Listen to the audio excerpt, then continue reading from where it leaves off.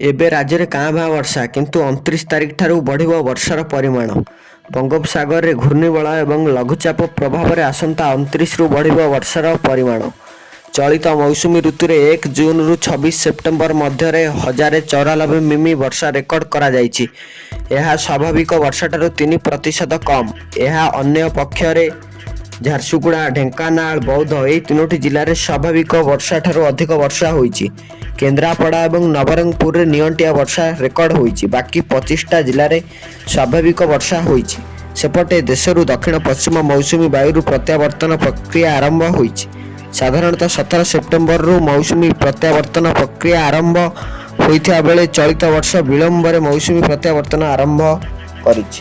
ଆପଣ ଯଦି ଏପରି ପାଣିପାଗ ବିଷୟରେ ନ୍ୟୁ ଅପଡେଟ୍ ନ୍ୟୁଜ୍ ଶୁଣିବାକୁ ଚାହୁଁଛନ୍ତି ଓଡ଼ିଶା ରିପୋର୍ଟର ଓମ୍ ଚ୍ୟାନେଲକୁ ସବସ୍କ୍ରାଇବ୍ କରିବାକୁ ଭୁଲନ୍ତୁ ନାହିଁ। ଜୟ ଜଗନ୍ନାଥ।